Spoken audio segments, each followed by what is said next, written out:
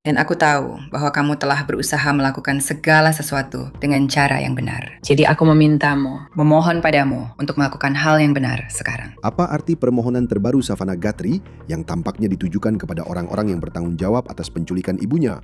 Sudah hampir 6 bulan sejak pihak berwenang mengatakan seorang pria bertopeng membawa pergi ibunya yang berusia 84 tahun, Nancy, di tengah malam. Dan sudah berminggu-minggu sejak ada pembaruan besar dalam penyelidikan ini, mungkin sampai sekarang. Syarif Kabupaten Pima baru saja memberikan beberapa pernyataan yang sangat menarik tentang perkembangan kasus ini. Apakah pihak berwenang semakin dekat dengan jawaban atas pertanyaan yang membayangi keluarga Guthrie, banyak anggota penegak hukum, dan jutaan orang yang mengikuti kisah ini? Di mana Nancy Guthrie? Kami sedang mengulas kasus ini yang dipersembahkan oleh Law and Crime. Saya Chris Stewart.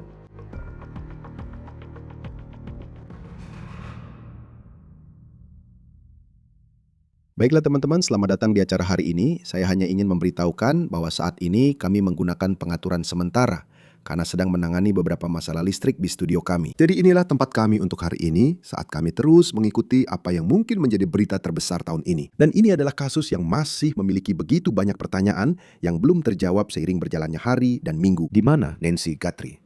Sulit dipercaya bahwa 6 bulan setelah seorang wanita berusia 84 tahun diambil dari rumahnya, bukan di daerah pedesaan, bukan di tempat yang jauh dari penegak hukum, tetapi di daerah metropolitan. Bagaimana mungkin seseorang bisa masuk paksa ke rumah seseorang di tengah malam, lalu membawa pergi seorang wanita berusia 84 tahun, dan 6 bulan kemudian, sepertinya kita masih belum punya jawaban apapun. Sudah tepat 25 minggu sejak Nancy Guthrie diambil dari rumahnya di tengah malam. Ini adalah foto orang yang identitasnya masih menjadi misteri hingga hari ini. Orang ini mengenakan masker, mereka tampaknya bersenjata. Mereka membawa ransel dan mereka berada di depan pintu rumah Nancy Guthrie.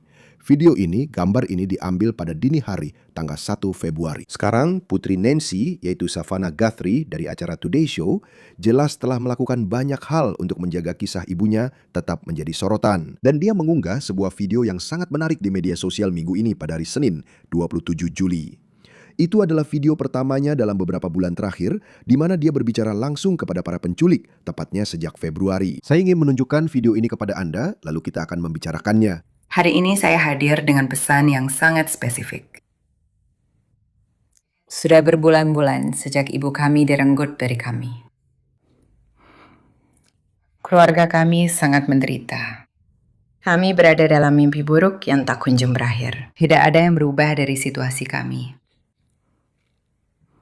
Kami sudah melakukan apa yang seharusnya kami lakukan, tapi kami tidak akan pernah berhenti mencarinya. Kami akan selalu merindukannya dan merasakan kekosongan di hati kami. Dunia bisa menjadi tempat yang kejam dan tanpa belas kasihan. Dan aku tahu bahwa kamu telah berusaha melakukan segala sesuatu dengan cara yang benar. Jadi aku memintamu, memohon padamu untuk melakukan hal yang benar sekarang. Buatlah pilihan yang benar.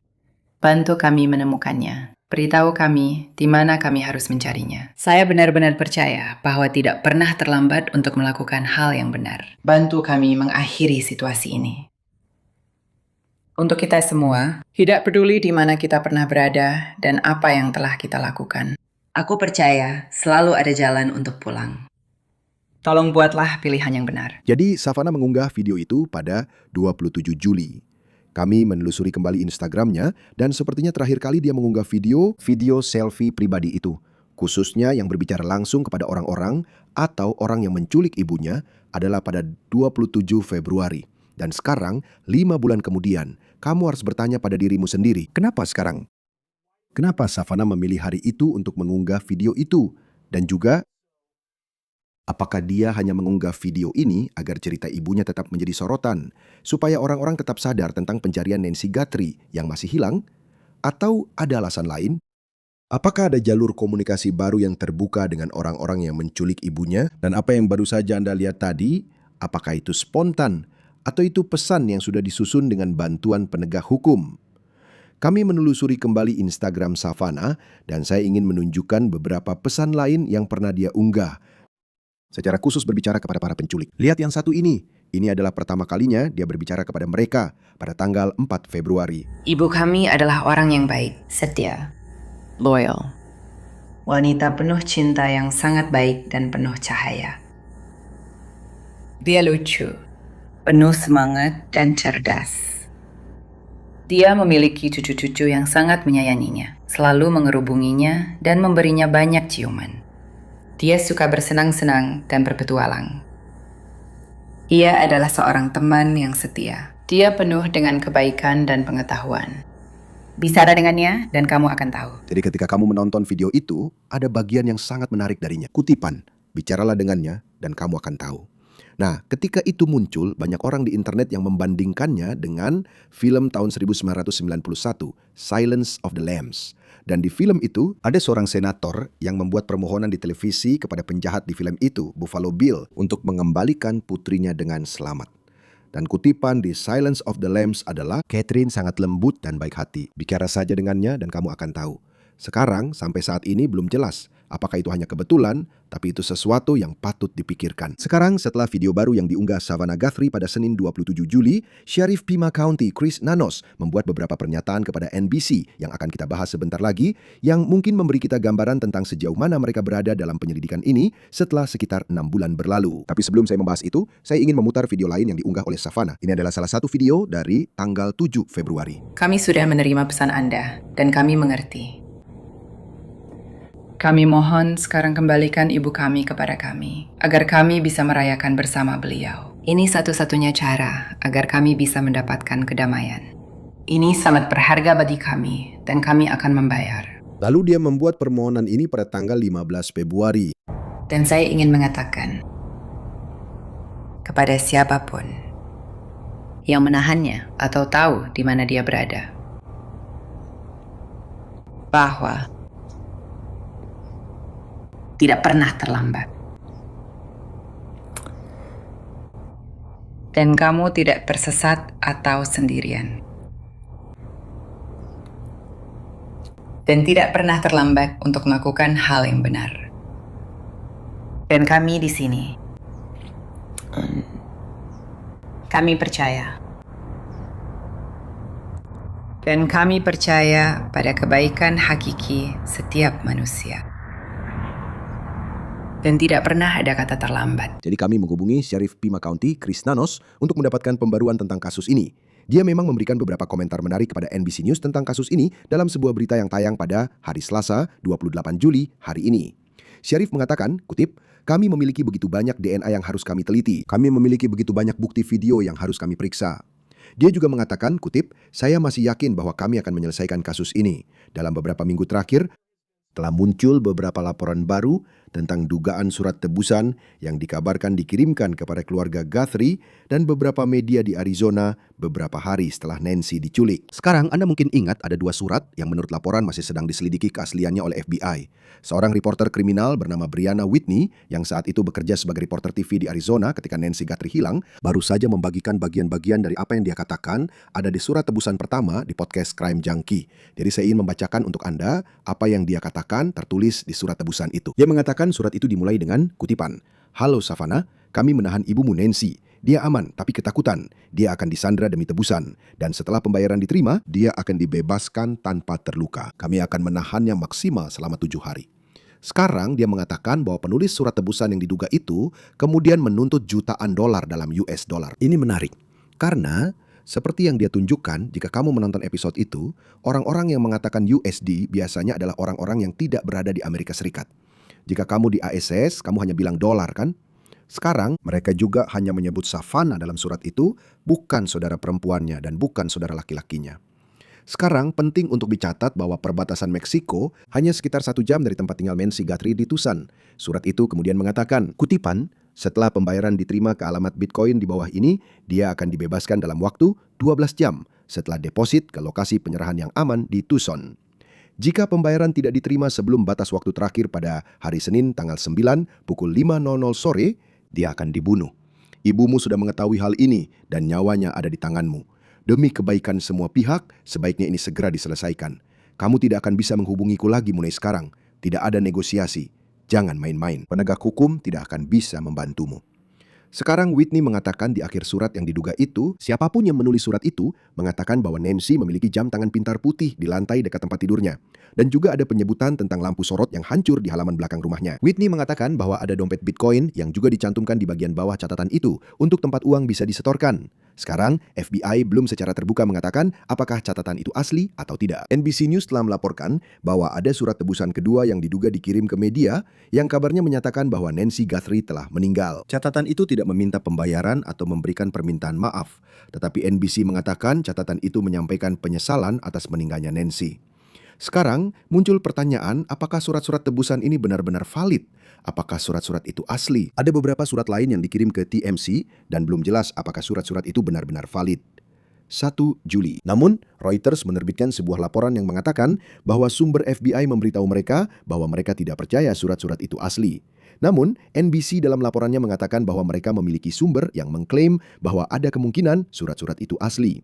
Sekali lagi, FBI belum secara terbuka menyatakan posisi mereka terkait hal itu. Siapapun yang mengetahui sesuatu tentang apa yang mungkin terjadi pada Nancy Guthrie, saya akan menampilkan ini di layar. Anda dihimbau untuk menelpon 1-800 Call FBI atau nomor yang Anda lihat di sini untuk kantor Sheriff Kabupaten Pima. Bergabung bersama kami sekarang untuk membahas lebih lanjut perkembangan terbaru dalam pencarian Nancy Guthrie adalah Will Sevilar, mantan komandan detektif dari Departemen Kepolisian Chicago. Selalu menyenangkan berbicara dengan Anda tentang kasus-kasus seperti ini. Apa pendapat Anda tentang pesan terbaru yang diposting Savannah Guthrie di media sosialnya? Ada banyak hal menarik dalam pesan itu, Chris. Salah satu hal yang langsung menarik perhatian saya adalah salah satu kalimat pertama dalam pesan itu yang mengatakan, "Kami sudah melakukan bagian kami." Apa maksudnya itu? Maksud saya, bagi saya itu bisa berarti telah terjadi semacam pertukaran, mungkin. Apa bagian lain dari keluarga korban penculikan? Peran apa? Peran lain apa yang mereka mainkan selain membayar? Bagaimana menurutmu soal waktunya juga? Maksudku, dia belum mengunggah pesan seperti ini. Dia hanya melakukan beberapa wawancara. Dia melakukan satu dengan Tota, lalu ada beberapa momen di mana dia menyebutkan apa yang terjadi. Tapi sejauh ini, kita hanya melihat beberapa hal seperti itu. Kamu tahu, pesan-pesan yang sangat pribadi yang dia unggah di Instagram pada awal kejadian ini, sekitar bulan Februari, dan dia sudah berbulan-bulan tidak melakukannya. Bagaimana menurutmu tentang fakta bahwa 5 bulan setelah terakhir kali dia memposting hal seperti ini, sekarang dia melakukannya lagi? Apakah itu menurutmu menunjukkan adanya perkembangan seperti itu? Atau mungkin dia sedang dibimbing oleh FBI, bukan hanya berusaha menjaga cerita ini tetap menjadi berita dengan mengunggah video yang akan dibicarakan orang? Menurut saya, ada kombinasi beberapa hal yang terjadi di sini. Satu hal, dan saya tahu ini sebagai komandan jaga dan bekerja shift malam di unit pembunuhan Area 2 di Chicago. Kami biasa menerima telepon pada hari peringatan suatu kejadian. Ulang tahun. Ya, momen penting terkait waktunya. Seperti tanggal-tanggal peringatan terjadinya pembunuhan-pembunuhan itu atau semacamnya. Dan kamu akan melihat beberapa momen tertentu. 6 bulan adalah salah satunya. Kasus Savannah dan Nancy sekarang sudah hampir 6 bulan. Ya, Akan genap 6 bulan dalam beberapa hari lagi. Jadi, mungkin ini adalah tonggak penting. Mungkin ini soal 6 bulan. Mari pastikan semua orang masih membicarakan ini. Meskipun memang semua orang masih membicarakannya. Tapi beberapa kata-kata dalam catatan itu menunjukkan kemungkinan dia mungkin mendapat pengarahan dari tim analisis perilaku FBI. Ya, itu ya, kata-katanya. ada beberapa dari kalimat-kalimatnya. Aku tadi baru saja membukanya di sini, persis seperti yang dia katakan. Dan aku tahu, kamu sudah mencoba melakukan segala sesuatu dengan cara yang benar. Jadi aku memintamu, memohon padamu, untuk melakukan hal yang benar sekarang. Buatlah pilihan yang tepat, bantu kami menemukan dia. Hanya saja, maksudnya seperti kamu sudah mencoba melakukan segala sesuatu dengan cara yang benar. Menurutmu, bagaimana dengan kalimat itu? Jadi jika ini memang benar-benar penculikan untuk tebusan, kamu harus membawa orang yang kamu culik ke suatu tempat. Teori saya tentang ini, atau pemikiran saya tentang ini, kemungkinan permohonan ini ditujukan kepada orang yang mungkin menulis nomor 2, catatan nomor 2, atau mungkin seharusnya menjadi pengasuh sampai uang tebusan ini dibayarkan. Ya, kamu mengerti maksudku kan? Maksudku, ini seseorang yang seharusnya merawat orang ini, dan jelas dia meninggal. Ya, saya percaya dia meninggal. Dan mungkin ini adalah permohonan mereka kepada orang ini dengan mengatakan, dengar, kamu sudah mencoba melakukan hal yang benar dengan catatan kedua, meminta maaf, apapun itu. Menurut saya, tidak ada yang pernah mencoba melakukan hal yang benar ketika kamu menculik seorang wanita berusia 84 tahun. Itu konyol. Tapi saya berpikir mungkin mereka sedang mencoba memohon bantuan pihak ketiga dalam hal ini. Nah, dan hal yang menarik juga adalah NBC hari ini membuat sebuah berita tentang pesan Savannah yang dia unggah di media sosialnya. Dan kemudian ada kutipan dari Chris Nanos yang merupakan sheriff di Kabupaten Pima. Tentu saja dia menjadi pusat banyak kritik dalam kasus ini karena dia adalah orang nomor 1 di kabupaten tempat semua ini terjadi. Semua ini terjadi. Dan kutipannya adalah, kami memiliki begitu banyak DNA yang harus kami teliti. Kami juga punya begitu banyak bukti video yang harus kami periksa. Tapi kemudian ada kalimat yang kamu tahu, tentu saja, seseorang yang berada di posisi terpilih akan mencoba mengatakan seperti, "Hei, mereka sudah hampir menemukan jawabannya." Dan saya tidak mengatakan bahwa mereka tidak, tapi dia bilang, "Saya masih yakin kita akan menyelesaikan kasus ini." Kata menyelesaikan itu sendiri cukup menarik, dan itu yang menarik perhatian saya. Apakah saya terlalu jauh menafsirkannya, terlalu mendalam soal pilihan kata di sini? Atau seperti ketika kamu mengatakan menyelesaikan dalam penegakan hukum, terutama seseorang dalam situasi seperti Chris Nanos, apa arti kata itu bagimu? Ya, saya sendiri tidak pernah menggunakan kata itu. Saya biasanya bilang mengungkap. Kita akan mengungkap kasusnya. Kamu tahu, kita akan menangkap seseorang atau apapun itu, menyelesaikan kasusnya. Maksud saya, pada titik ini, apakah menurut kita, ini satu hal, saya akan menyoroti satu poin yang Anda katakan. Anda bilang ada semua DNA ini dan semua rekaman video ini sudah 6 bulan berlalu. Sudah 6 bulan berlalu, dan ya, saya tidak tahu apakah mereka sudah menerima hasil apapun, tapi mereka belum merilis apapun ke publik. Dan semua yang kita bicarakan di sini hanyalah spekulasi, karena kita tidak tahu apa-apa, karena kita belum melihat berkas kasusnya. Tapi dalam 6 bulan, seharusnya kamu sudah punya sesuatu. Jika kamu punya semua bukti DNA ini, seharusnya kamu sudah punya sesuatu. Sekarang, saya setuju. Kamu harus mengeliminasi keluarga, DNA keluarga, dan semua hal itu. Tapi seharusnya ada sesuatu yang terjadi dalam 6 bulan. Dan terselesaikan. Apa maksudnya? Yang saya tangkap dari catatan kemarin adalah, saya rasa Nancy atau Savannah bahkan sudah tidak peduli lagi apakah ada yang ditangkap atau tidak. Dia hanya ingin membawa ibunya pulang. Benar, dan kamu tahu, kita akan membahas sedikit lebih lanjut tentang dugaan surat tebusan yang dikirim ke media. Kita mulai mengetahui sedikit lebih banyak tentang isi surat-surat itu dari beberapa laporan yang muncul dalam beberapa hari terakhir. Ketika berbicara tentang pengarahan, karena kita akan mendengar, kamu tahu, orang-orang akan bilang, Savannah diarahkan dalam menulis catatan-catatan ini. Entah itu oleh FBI, atau bahkan mungkin situasi seperti yang pernah kamu hadapi di Chicago selama karirmu. Kamu tahu, di Departemen Kepolisian Besar. Seperti apa sebenarnya pengarahan itu? Jika dia mendapat saran dari FBI tentang apa yang harus dikatakan dalam surat-surat ini yang dia unggah ke media sosial. Ada banyak analis yang bekerja pada isi kedua surat itu. Surat-surat yang mereka katakan mungkin asli, atau yang diyakini keluarga sebagai asli. Seperti surat pertama dan kedua. Kami juga punya orang-orang yang mengatakan bahwa tidak satu pun dari surat-surat ini benar-benar asli. Bahwa surat-surat itu bukan dari para penculik atau dari siapapun juga. Tapi kamu tidak bisa begitu saja mengabaikannya. Kamu harus memeriksa setiap petunjuk. Dan tentu saja surat-surat itu harus diperiksa. Dan kamu mendapatkan analisis perilaku. Orang-orang yang memeriksa surat-surat itu berdasarkan cara penulisannya, ditulis, dan mencoba memberikan respons terhadap hal itu. Untuk memohon kepada, saya rasa, kepribadian atau hati nurani dari siapapun yang menulis surat-surat itu. Jadi ada banyak analisis yang dilakukan untuk hal itu. Dan kita tidak tahu apakah dia sedang diarahkan. Saya hanya merasa beberapa ungkapan yang digunakan dalam pernyataannya kemarin, seolah-olah dia sedang mencoba menghubungi seseorang secara khusus. Sejujurnya. Dan saya juga pikir penting untuk dicatat, kita tidak tahu apakah ada komunikasi langsung yang dilakukan ke keluarga. Kita tahu ada pesan-pesan yang diduga mungkin asli. Ada laporan yang mengatakan bahwa pesan-pesan itu tidak asli. Tapi kita tidak tahu apakah setiap kali dia berbicara dengan orang yang diduga penculik itu, tidak ada tingkat komunikasi lain yang sama sekali belum kita ketahui sampai saat ini. Catatan tebusan yang pertama dikirim ke media beberapa hari setelah Nancy Guthrie diculik, ada reporter kriminal Brianna Whitney. Sekarang dia bekerja untuk Crime Junkie. Dan saya ingat ketika dia masih bekerja sebagai reporter TV lokal di Arizona, saat catatan-catatan ini masuk, dia membaca beberapa bagian penting dari catatan tebusan ini. Isinya dimulai dengan, "Halo Savannah, kami menahan ibumu Nancy. Dia aman tapi ketakutan. Dia akan disandra untuk uang tebusan. Dan setelah pembayaran diterima, dia akan dibebaskan tanpa cedera. Kami akan menahannya maksimal selama 7 hari.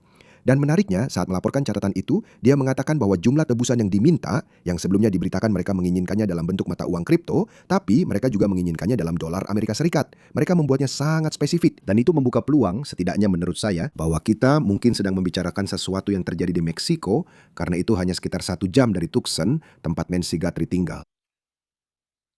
Ya, maksud saya jadi begini, masalah saya dengan seluruh urusan tebusan itu. Saya belum pernah menangani kasus penculikan, dan saya sudah menangani beberapa kasus, di mana tidak ada surat yang ditinggalkan, atau tidak ada komunikasi langsung yang diberikan kepada keluarga dengan instruksi khusus. Ini sudah berjam-jam bahkan berhari-hari kemudian, atau sehari setelahnya ketika surat itu baru datang, benar? Benar. Itu waktu yang lama bagi seorang penculik untuk tidak berkomunikasi dengan keluarga. Menurut saya belum pernah melihat kasus penculikan di mana tidak ada catatan yang ditinggalkan. Saya belum pernah melihat penculikan di mana tidak ada catatan yang ditinggalkan di lokasi atau komunikasi langsung dengan keluarga atau siapapun yang mereka coba mintai tebusan. Dan saya belum pernah melihat kasus di mana tidak ada bukti langsung bahwa korbannya masih hidup. Jadi bisa saja itu di Meksiko. Maksud saya, Meksiko, seperti yang kamu bilang, hanya 1 jam jauhnya. Tapi itu, saya percaya. Saya percaya Nancy meninggal cukup cepat setelah insiden itu. Atau mungkin bahkan saat kejadian itu berlangsung. Itu perjalanan yang sangat jauh ke sana. Menyeberangi perbatasan dengan mayat di dalam mobilmu. Maksudku dia adalah seseorang yang, maksudku dia memang, kamu tahu, katanya pikirannya masih sangat tajam dari apa yang dikatakan keluarganya. Tapi dia punya masalah kesehatan. Seperti dia tidak bisa berjalan 50 yard, seingatku begitu, sendirian. Dan ini adalah seorang wanita berusia 84 tahun. Kamu tahu, di tengah malam dibawa dari rumahnya. Dan kemudian, katanya di surat kedua, NBC mengatakan bahwa, kamu tahu, siapapun yang menulis surat itu mengatakan bahwa dia telah meninggal dunia. Tapi sekali lagi, kita bahkan tidak tahu apakah surat-surat itu ada isinya. Apakah kamu terkejut? Maksudku, ada begitu banyak sumber daya yang dikerahkan untuk ini. Bahkan presiden pun membicarakannya. Kas Patel juga terlibat. Maksudku, jelas, kamu tahu. Hari ketika kita mengetahui apa yang sebenarnya terjadi, itu akan menjadi salah satu berita terbesar tahun ini, bahkan beberapa tahun terakhir menurutku. Dan itu, tapi ya, kita masih belum tahu di mana dompet Bitcoin ini berada. Kita masih belum tahu dari mana email-email ini berasal, setidaknya secara publik. Apakah kamu terkejut dengan semua sumber daya yang tampaknya sudah dikerahkan FBI untuk ini, bersama dengan kantor syarif setempat? Bahkan sepertinya tidak ada informasi sama sekali tentang dari mana surat tebusan ini mungkin berasal. Masih terasa seperti semuanya belum jelas. Apakah catatan itu benar-benar asli atau tidak? Terkejut. Aku terkejut. Benar, aku nggak tahu gimana cara kerja semua pelacakan itu. Tapi aku tahu itu bisa dilacak. Aku tahu kalau aku kirim email, pasti ada yang bisa tahu dari mana aku kirim email itu. Sekarang, aku tahu ada cara buat mengalihkannya lewat berbagai lokasi supaya nggak bisa langsung dilacak. Tapi ini FBI. Ini salah satu lembaga penegak hukum terbaik di dunia dengan semua teknologi dan dana yang mereka punya. Aku benar-benar nggak bisa mengerti bagaimana mereka nggak tahu dari mana semua ini dikirim. Itu benar-benar bikin aku tercengang. Sekarang, semoga saja mereka tahu. Dan mereka cuma nggak bilang ke kita. Yang juga jadi harapan aku, yaitu mereka sebenarnya punya banyak informasi yang belum mereka ungkapkan. Dan mereka memang nggak harus mengungkapkannya. Tapi aku cuma khawatir kalau mungkin mereka nggak punya sebanyak yang aku harapkan. Karena aku nggak bisa ngerti kenapa mereka nggak tahu di mana dompet Bitcoin itu. Dan mereka juga sudah memasukkan sejumlah uang ke dompet Bitcoin itu untuk melihat apakah ada pergerakan. Tapi nggak ada yang terjadi. Mereka memang membayar sesuatu ke dompet Bitcoin itu, kalau kamu ingat, sejumlah kecil uang untuk melihat apakah ada aktivitas di situ. Dan memang nggak pernah ada pergerakan sama sekali di dompet Bitcoin itu. Nggak ada. Dan kamu tahu, ini cuma salah satu hal yang saat kita merenung kembali, sudah hampir 6 bulan pencarian, rasanya ada pertanyaan besar seperti bagaimana seseorang bisa diambil dari rumahnya di tengah malam, seseorang yang punya hubungan keluarga dengan figur publik. Dalam kasus di mana ada begitu banyak sumber daya dan kita tetap saja belum menemukan jawaban apapun, di saat yang sama ada banyak kasus orang hilang yang tidak punya nama belakang Gatri, yang tidak mendapat sorotan sebesar ini. Dan kurasa kamu tahu, dan memang sulit menjelaskannya satu persatu karena ini kasus yang sangat unik. Tapi maksudku, seberapa sering kamu punya kasus orang hilang di mana seseorang mungkin bahkan diculik dan kamu benar-benar tidak pernah tahu di mana mereka berada. Itu terjadi. Itu terjadi. Dan tapi di banyak kasus orang hilang yang kita tangani, kita tidak tahu. Seperti yang kamu bilang, mungkin telah diculik, tidak ada permintaan tebusan. Dan satu kasus yang terlintas di pikiran adalah seorang pekerja pos Chicago yang menghilang. Seorang pekerja pos yang sedang hamil bernama Kiara Cole. Dia menghilang di Chicago. Kamu tahu, itu sudah sekitar 8 atau 9 tahun yang lalu, dan dia menghilang tanpa jejak. Dan seperti yang saya katakan, itu memang terjadi. Tapi biasanya tidak terjadi dalam kasus penculikan, karena pelakunya melakukan itu untuk mendapatkan keuntungan finansial atau pertimbangan lain. Tebusan. Tebusan tidak harus berupa uang, bisa saja sesuatu yang lain. Tapi biasanya, kamu tahu, orang-orang seperti itu pada akhirnya ditemukan juga dengan cara apapun. Ya, dan masalahnya adalah kita memang tidak tahu dan sudah banyak spekulasi. Aku tahu TMZ menerima apa yang mereka sebut beberapa surat tebusan potensial, tapi tidak jelas apakah surat-surat itu benar-benar valid atau tidak. Kamu tahu, soal Meksiko, pikiranku terus saja ke sana, karena rasanya itu seperti, kamu tahu, begitu kamu menyeberang ke Meksiko, siapa yang tahu seperti apa keberadaan penegak hukum di sana untuk mencari Nancy Guthrie. Tapi kalau dipikir-pikir soal kartel, tapi kamu tahu, setidaknya dari beberapa orang yang sudah kita ajak bicara, mereka bilang, kenapa kartel mau melakukan hal seperti ini? Karena kalau kamu bicara soal, kamu tahu, uang tebusan 5-10 juta dolar itu cuma setetes air di lautan dibandingkan dengan apa yang tampaknya menjadi model bisnis mereka. Kalau menurutmu saat ini, kalau kamu melihat ini dan rasanya, kalau mereka hanya duduk santai, menunggu untuk memproses DNA dan bukti video, seperti, ya saya cuma penasaran, bukti DNA dan video seperti apa yang mungkin masih ada di luar sana yang belum kita ketahui. Dan saya tahu ini agak panjang untuk sampai ke inti pertanyaannya. Rasanya memang masih banyak pertanyaan yang belum terjawab. Dan saya pribadi benar-benar bingung tentang apa yang mungkin masih mereka cari sampai saat ini 6 bulan kemudian. Baiklah, saya akan memberitahumu. DNA dalam kasus ini, kamu lihat, mari kita lihat apa yang mereka rilis di video. Satu-satunya video yang kita lihat adalah pria di teras, kan? Ya, Dia menjepit senter di mulutnya. Sekarang, saya pernah menggunakan senter gigit. Itu memang senter gigit. Jadi kamu taruh di mulutmu. Saya menggunakannya. Akan ada air liur di situ. Akan ada air liur di bel pintu ring. Akan ada air liur di dedaunan yang kamu ambil. Akan ada transfer DNA di sana. Banyak sekali. Dan bahkan jika kamu tahu kamu pakai sarung tangan, itu tidak menghentikanmu untuk menempelkan itu ke sarung tangan, lalu memindahkannya ke benda lain. Kami percaya bahwa mungkin, dan kami tidak tahu pasti. Ini semua hanya spekulasi. Mereka berada di rumah itu selama 45 menit berdasarkan rekaman dari kamera Nest atau kamera Ring, entah yang mana. Tidak mungkin kamu berada di dalam rumah selama 45 menit, kecuali kamu memakai pakaian luar angkasa, di mana kamu tidak meninggalkan jejak DNA di sana. Kamu berada dalam situasi yang penuh tekanan, pasti akan ada keringat. Kamu mungkin harus ke kamar mandi, kamu mungkin menyentuh meja dapurmu. Kamu mengerti maksudku? Jadi, jika itu diproses dengan benar, bisa saja ada cukup banyak DNA.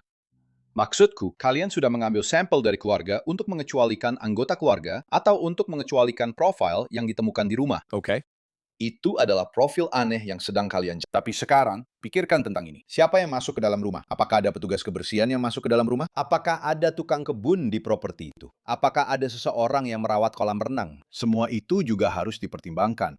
Jadi 6 bulan menganalisis DNA, itu terasa seperti waktu yang sangat lama dengan semua pekerjaan yang harus dilakukan. Tidak selalu begitu, tapi 6 bulan seharusnya sudah ada hasilnya. ya, ini hanya salah satu kasus, di mana setiap hari kamu bangun dan memikirkannya. Aku merasa aku memikirkannya setidaknya sekali sehari selama 6 bulan terakhir. Aku yakin banyak orang lain juga seperti itu. Dan rasanya, apakah hari ini akan menjadi hari di mana tiba-tiba ada konferensi pers atau ada lokasi kejadian yang sedang ditangani polisi di suatu tempat yang menarik banyak perhatian? Atau mungkin saja ada terobosan dalam kasus ini yang membuka semuanya. Tapi sampai saat ini, kita sudah hampir 6 bulan tanpa jawaban. Dan kamu bisa lihat pada Savannah, entah dia mendapat saran dari penegak hukum atau tidak soal video-video ini, rasa sakit yang terdengar di suaranya, dan juga untuk keluarganya, aku yakin seiring semua ini terus berlanjut. Komandan Detektif Purnawirawan Will Spillar dari Departemen Kepolisian Chicago. Senang sekali Anda hadir di Law and Crime. Saya tahu Anda punya podcast baru dan Anda juga sudah membicarakan kasus ini. Jadi, apa yang perlu diketahui orang-orang tentang kasus ini? Ya, kami sudah menjalankan podcastnya. Ada di YouTube. Namanya Big City Crime Inside the Red Tape. Dan ini bersama saya dan 2 detektif pembunuhan lainnya, serta seorang agen FBI, Maureen O'Connell, yang sangat cerdas. Dia sudah tampil di banyak acara berbeda. Dia pernah menangani pemulihan barang bukti dan bekerja di unit geng di LA selama 25 tahun. Danny Stover, dia adalah detektif pembunuhan selama 30 tahun. Dan rekannya, Tim Murphy. Kami semua bekerja bersama di daerah itu dan juga dalam tim investigasi penembakan yang melibatkan polisi yang kami bentuk dan jalankan selama 7 tahun terakhir karir saya. Tapi kami hanya membicarakan hal-hal yang juga dibicarakan orang lain. Hanya saja, dari sudut pandang kami, dengan total 100 tahun pengalaman di bidang penegakan hukum. JD, Big City Crime Inside the Red Tape. Tunjukkan pada kami. Tentu saja, acara yang bagus untuk ditonton. Will Spivak selalu senang Anda bisa bergabung di Law and Crime. Terima kasih sudah bersama kami. Terima kasih, Chris. Itu saja untuk On The Case yang dipersembahkan oleh Law and Crime. Berlanggananlah ke kanal kami di YouTube dan Spotify. Kami juga tayang di Peacock. Saya Chris Stewart. Sampai jumpa di lain waktu.